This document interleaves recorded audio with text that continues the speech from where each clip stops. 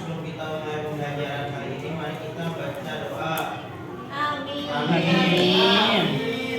Nah, karena sudah membaca doa, Ibu ingin mengabsen terlebih dahulu. Nanti yang dipanggil bilang hadir ya, dengan semangat yang penuh. Oke? Baik, Ibu. Zahira hadirah. Mak Oso Sabila hadirah, Bu. Nah, alhamdulillah, anak-anak sudah hadir semua. Nah, sebelum memulai pembelajaran, kayaknya kalian ada lapar apa gimana ya? Lumayan, Bu. Ya Allah. Masih Baik, dikit dong. untuk lebih semangat Ibu akan ada sedikit ice breaking. Nah, maksud ice breakingnya itu tentang permainan. Kalian sudah pernah bermain permainan cublak-cublak sulap? Sudah. Mungkin ada beberapa yang sudah, ada yang belum. Jadi ini cublak-cublak sulap nanti bermain kayak gini karena kita anaknya banyak, nggak mungkin ada satu yang terkurung lalu kita kelilingi. Jadi nanti ada Ibu mau salah satu anak maju ke depan, madep ke belakang. Ya boleh. Siapa yang mau maju ke depan? Itu kamu. Awalnya Mawar. Boleh Mawar. Lagi mampir dapat Bu. Nah, ketika Mawar maju ke depan, kalian yang di belakang harus bernyanyi cublak-cublak zoom sambil estafet bola isu ini gitu ya. Jadi nanti jangan sampai ketahuan siapa yang dapat bolanya gitu ya. Paham? Paham. Baik. Gimana Bu? Saya madepnya Bapak. Nanti kamu menebak ya siapa yang megang bolanya. Saya nebak-nebak dulu. Iya. Baik. Ibu kasih dulu ya. Nyanyi juga. Nyanyi ya. Nyanyi bareng-bareng ya. 1, 2, 3. Siap, Bu. Cublak suam, suam tinggal.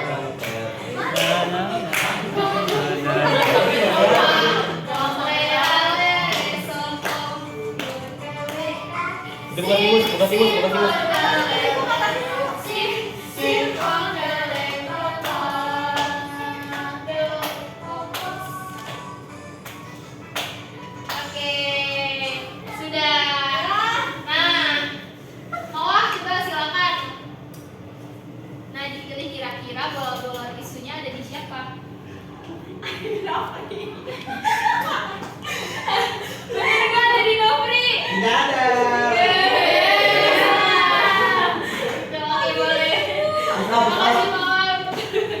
Boleh, kita kasih tepuk tangan untuk Mawar dari kita semua. Nah, semangat dong kan semua. Kita kasih tepuk tangan. Baik, selanjutnya. Baiklah.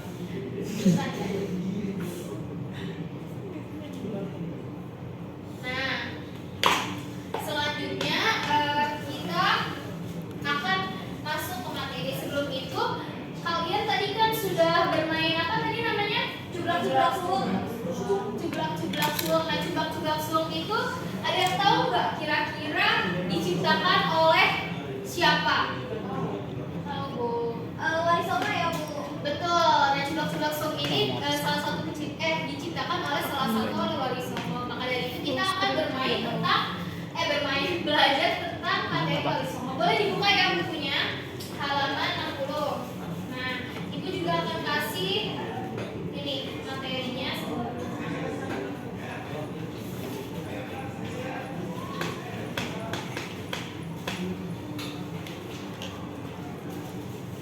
Boleh dibagikan materi awal.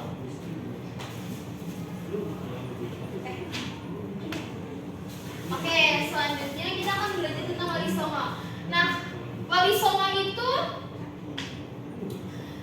dalam pembelajaran ini Ibu harap nanti kalian bisa menganalisis profil dan metode dakwah Wali Songo, kemudian bisa menyajikan informasi dengan menggunakan poster infografis. Nah, nanti hasilnya itu Ibu harap kalian akan tempel di mading kelas ya. Nah, selanjutnya, kira-kira siapa sih Wali Songo itu? Wali Songo ini berasal, ada yang tahu Wali Songo siapa? Tahu, wali-wali. Utusan Allah. Wali Songo. Jadi Wali Songo ini berasal dari kata wali dan song. Wali itu berarti artinya pemimpin dan songo dalam bahasa Jawa artinya 7, 9. Kamu bukan Jawa ya? Iya. Makanya. Batak Bu. Oke, nah maksudnya itu Wali Songo berarti mereka tanah Jawa. Misalnya masyarakat Jawa gitu yang pada masa itu masih masyarakatnya sebagian besar gitu. Selanjutnya, nah yang pertama ada Sunan Gresik. Sunan Gresik ini merupakan pelopor dari Wali Songo yang pelopor untuk pergerakan Islamisasi di tanah Jawa. Bernama asli Raden Wawan Malik Ibrahim. Jadi pertama kali datang di Gresik pada tahun 1404 Masehi. Nah kemudian pada saat itu berdakwah di air Majapahit yang masih mana banyak masyarakat Hindu-Buddha. Nah kemudian berdakwah dari kasta ke kasta. Karena masyarakat Hindu-Buddha itu banyak kasta-kastanya seperti kasta Sudra, Waisya, Ksatria gitu. Jadi Sunan Gresik ini berdakwah dari kasta Sudra, kemudian ke Waisya, Ksatria. Kemudian juga Sunan Gresik ini mendirikan pesantren di desa Lewer. Selanjutnya, nah Sunan Ampel. Sunan Ampel ini nama aslinya adalah Raden Rahmat. Nah, putra dari Sunan Gresik dan Dewi Chandrawala. Jadi Sunan Ampel ini hidup pada saat Majapahit mengalami kemunduran. Sunan Ampel juga mendirikan pondok pesantren di desa pondok pesantren gitu. Jadi seperti yang kita tahu ada kata langgar itu diadopsi dari kata sanggar yang berarti tempat ibadah. Kemudian santri juga diadopsi dari kata sastri. Sunan Ampel ini pada saat itu juga memperkenalkan ajaran Mohlino. Mohlino, apa itu Mohlino? Moh main, moh maube, moh maling, moh madat, moh madun. Yang artinya juga kita tidak boleh berperilaku ajaran-ajaran menyimpang. Selanjutnya,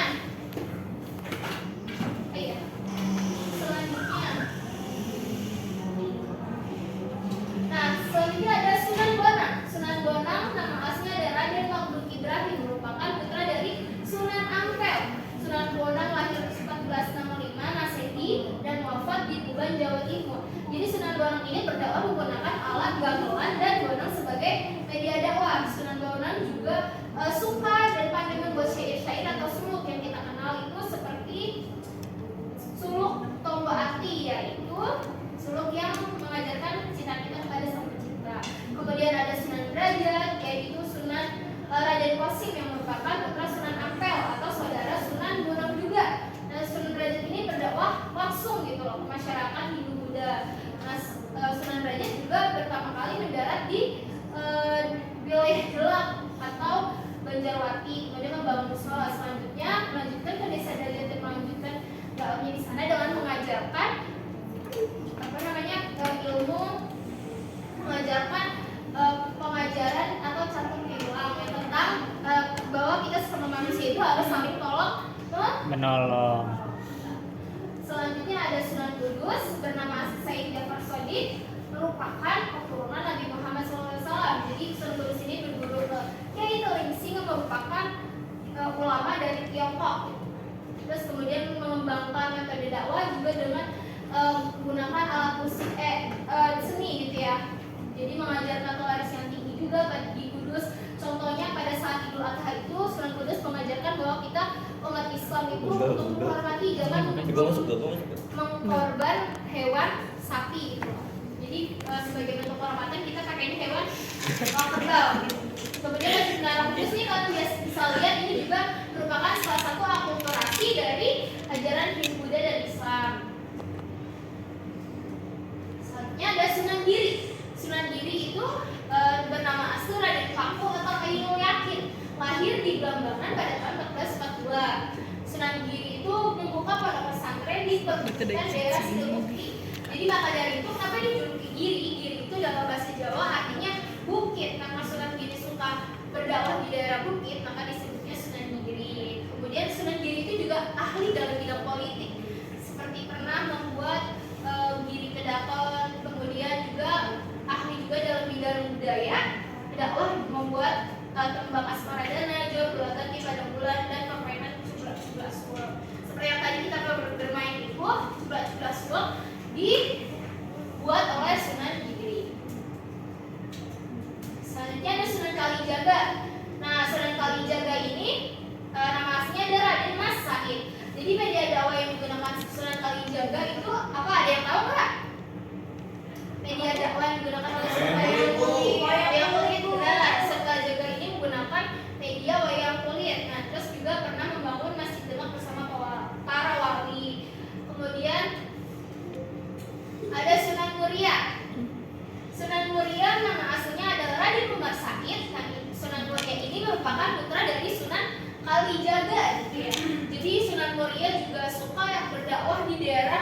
desa terpencil, contohnya itu di lereng-lereng Muria, makanya dinamakan dengan Sunan Muria. Kemudian Sunan Muria juga mengajarkan ilmu bertani, berdagang, melaut, dan menciptakan tembang sinom kinaki yang mengajarkan mengamalkan ajaran Islam dan kehidupan sehari-hari. Selanjutnya ada Sunan Gunung Jati. Jadi Sunan Gunung Jati ini nama aslinya Syarif Hidayatullah, cicit dari Raja Jamaluddin Akbar dari Gujarat, ya. Kemudian Sunan Gunung Jati ini merupakan sultan dari Kesultanan Cirebon, berdakwah di daerah Pajajaran, kemudian berguru di Sunan Ampel. Kemudian setelah berguru kembali lagi ke Cirebon untuk sebagai kepala negara. Contohnya yang kebijakan Sunan Gunung Jati ini juga sering membuat kebijakan agama Islam berdasarkan contohnya besaran jenis pajak, terus membangun masjid agung, masjid jami juga ada. Nah, sudah. Nah, kesimpulannya, jadi dari Wali Songo kita tahu nih bahwa kita juga belajar disebarkan bahwa kita belajar Islam ini disebarkan dengan kesabaran, tidak menggunakan kekerasan gitu loh. Jadi kita menggunakan kesabaran, kebijaksanaan, kreativitas. Wali Songo ini dapat membuktikan bahwa agama ini dapat berkembang pesat dengan menghargai nilai-nilai lokal seperti itu. Nah, karena itu tadi sudah menjelaskan sedikit materi. Ibu mau kalian nih membuat poster infografis. Jadi kalian bisa bayangkan bahwa kalian ini merupakan desainer grafis gitu ya. Jadi bagaimana sih kalian bisa membuat menyajikan informasi dalam poster gitu. Nah, boleh dibagi 9 kelompok. Nah, boleh merancang dulu. Kelompok di kelompok pertama. Ya boleh.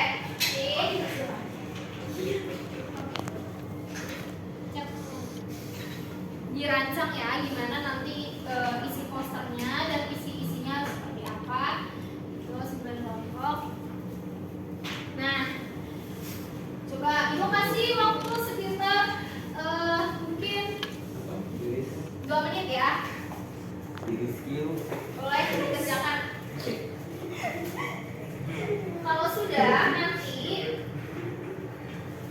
Ibu akan bagi untuk kertas posternya, kertas kosong untuk kertas posternya, dan nanti Ibu minta perwakilan dari kelompoknya masing-masing ini maju ke depan untuk memilih elemen. Karena biasanya kita kalau buat poster infografis itu di aplikasi apa? Canva. Ini mirip Canva, tapi bikinnya secara manual. Gitu. Jadi ada yang milih ke depan ya elemennya ya. Apa kamu apa? Nih, sudah ada di Tidak. Lalu Haji depan. Nih.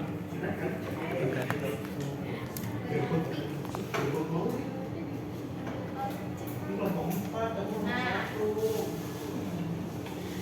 Boleh, nah karena elemen dari depan boleh perwakilan maju memilih elemen.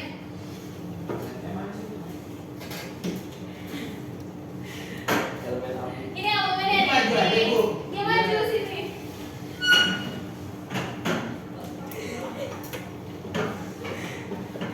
Ini ya elemennya ya. Perwakilan tadi kan ada 9 kelompok. Baru megang apa? Hah? Gak apa-apa, Maju, gak maju semuanya ambil elemen. Gak apa-apa. Gak apa-apa. Ya. Nih elemennya. Kenapa elemennya Bu?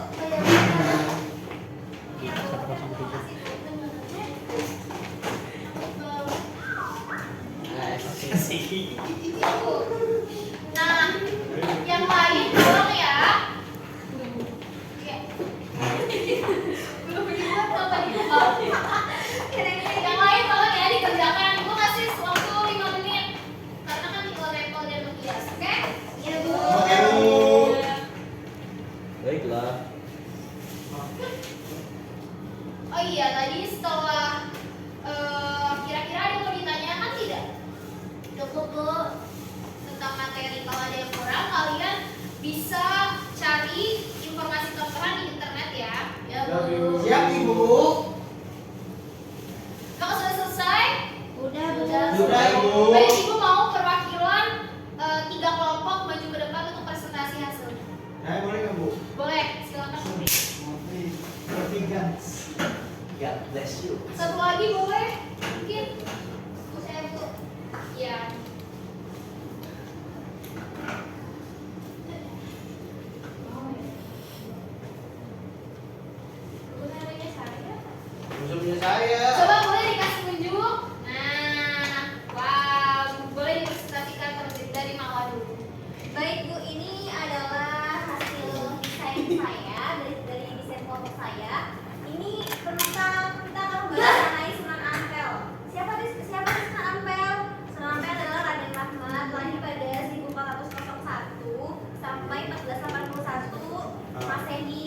dia bukan sebelum Masehi. Nah, kemudian apa sih kontribusi dari Sunan Ampel ini? Yakni membangun pondok pesantren. Biasanya orang Jawa ini menyebut bahwasannya langgar, sanggar itu sebagai langgar. Nah, kalau santri itu berasal dari bahasa yang namanya sastri. Nah, kemudian ada ada yang namanya jalan jadi Sunan Ampel atau Raden Ahmad, yakni namanya Moh Limo, Moh Ngombe, Moh Main, Moh Malin, Moh Madan, dan Moh Madon. Nah, ini kita nggak mau, kalau dari bahasa Indonesia itu adalah kita nggak mau main, nggak mau minuman keras, nggak boleh main ya, nggak boleh mencuri, nggak boleh merokok, nggak mau merokok, dan nggak mau bermain perempuan seperti itu. Terima kasih. Kita beri tepuk tangan untuk kelompok Mawar. Ya, ini tentang Sunan Giri. Giri itu artinya bukit, terus ini masihnya Raden Paku atau Yakin. Girinya dari 1442 sampai 1506. Beliau ini ahli politik. Terus cara berdakwahnya itu jangan menyanyi. Ini ada salah satu karya itu jebak-jebak suwong. Seperti yang tadi kita baca. Oke, boleh tepuk tangan untuk kelompok Abul. Selanjutnya boleh mungkin dijelaskan. Ini adalah hasil kerja dari saya sendiri. Yang pertama ada Sunan Kalijaga yang bernama Raden Said. Beliau hidup dan meninggal di tahun yang tertera. Kemudian beliau melakukan metode dakwah dengan wayang kulit, di mana untuk mengajak masyarakat Jawa Klenik untuk bergabung ke dalam tempatnya. Selanjutnya beliau juga membuat Masjid Demak. Terus beliau juga mempopulerkan Grebek Maulid dan Sekanten. Baik, terima kasih. Kita tepuk tangan untuk nanti ya, sebelum duduk. Nah, boleh teman-teman yang lain ada ingin memberikan tanggapan atau komentar tentang poster-poster teman-teman kita yang di depan nih. Bagus sudah bagus aja. Apakah ada yang kurang mungkin dari segi estetikanya atau dari segi isinya kurang lengkap atau seperti apa? Boleh? Bagus Ibu. Oh, ada yang mirip. Ini namanya seni. Ini seni. Oh iya. Oke, baik. Lagi kita beri tepuk tangan untuk kita semua. Baik, silakan Bu. Terima kasih. Terima kasih, Bu. Udah boleh duduk. Ya, duduk dulu ya. Oke, jadi setelah Ibu lihat-lihat poster-poster yang kalian buat ini sangat bagus sekali ya. Terus isinya juga sudah sesuai dan kalian juga menambahkan dari apa yang Ibu jelaskan. Nah, kemudian untuk sebelum kita akhiri pelajaran hari ini, apakah nih bagaimana sih? Apakah ada yang mau bertanya dulu? Enggak, Bu. Cukup, Sudah Ibu. terkait materi atau terkait apa? Sudah cukup. Cukup. Nah, kira-kira bagaimana nih saat membuat proyek ini? Apakah ada yang tidak bekerja atau ada yang cuma numpang lama? Boleh dibilang nanti biar Bu cabut namanya. Saya tuh kelompok saya, Bu. Siapa yang kelompoknya? Saya doang yang bekerja, Bu. Oh gitu, baik. Nanti kelompok Naufik dicatat ya gitu. Baik, terus kira-kira gimana nih materi hari ini? Seru, Bu. Seru, Bu. Terus pembelajarannya gimana? Mengasihkan gitu ya. Tapi kayaknya baik, nah coba Ibu mau tahu perasaan kalian dengan menggunakan metode thumbs up. Jadi kalau jempolnya ke atas, berarti kalian paham dan pembelajarannya menyenangkan. Kalau ke samping kalian ada yang sedikit bingung. Kalau yang ini benar-benar gak paham sama sekali. Oke? Boleh? Jempolnya disiapin? Ya. Oke. Siap Ibu. Kira-kira bagaimana pembelajaran hari ini? Mantap. Baik, terima kasih. Beri tepuk tangan untuk kita semua. Karena waktu sudah habis.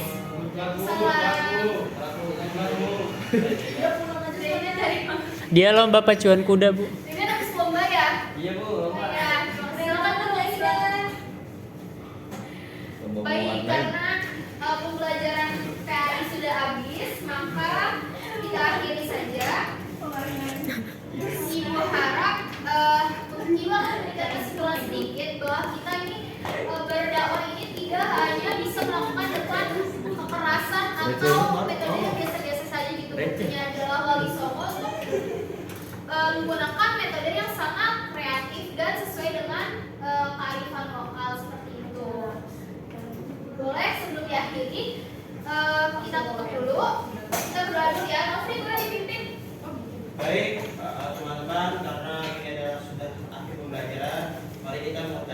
adalah secara bersama. Alhamdulillahirobbilalamin. Untuk tugas itu sudah kirim di grup kelas dan untuk posternya boleh ditempelkan di mading kelas di sebelah pojok samping.